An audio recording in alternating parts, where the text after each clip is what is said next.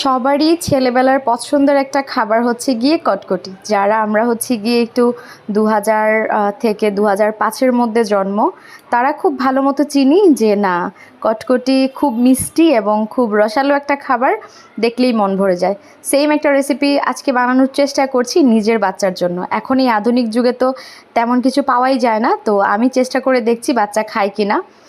ফার্স্টে নিচ্ছি হচ্ছে গিয়ে গুড়, বেশ কিছু গুড় লাগবে। আমি ছোটো ছোটো করে কেটে নিয়েছি গুড়টাকে, যে কোনো গুড় হবে, খেজুর গুড় বা এমনিতে নর্মাল। এবার হচ্ছে গিয়ে লাগবে কিছু বাদাম।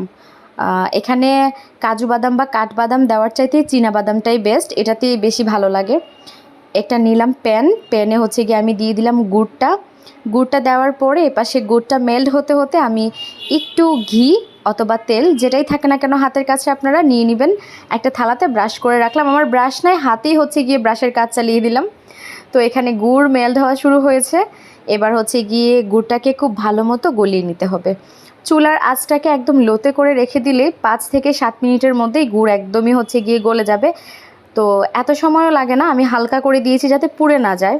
পুড়ে গেলে আবার তেতো গন্ধ আসবে, খাওয়া যাবে না। এবার হচ্ছে গিয়ে যখন ভালো মতো একদম গোল্ডেন লাইট একটা কালার চলে আসবে, এক তারের মতো হয়ে যাবে, দেখতেই পারছেন, বোঝা যাচ্ছে। এবার হচ্ছে গিয়ে আমি এখানে বেশ কিছু বাদাম দিয়ে দিচ্ছি। বাদামটাকে দেওয়ার পরে ভালো মতো হচ্ছে গিয়ে নাড়াচাড়া করে একসাথে মিক্স করে নিচ্ছি। মিক্স করে তারপর মিনিট 2-এর মতো রাখবো, একদমই লো আছে। তারপর হচ্ছে গিয়ে এখানে যে থালাটাতে আমি তেল ব্রাশ করে রেখেছিলাম, খুব দ্রুত আমি ছড়িয়ে দিব। খুব দ্রুত করতে হবে কাজটা, কারণ প্রায় 2 মিনিটের মধ্যে হচ্ছে গিয়ে এটা জমাট বাঁধতে শুরু করে, দেরি করলে একদম জটলা পেকে যাবে।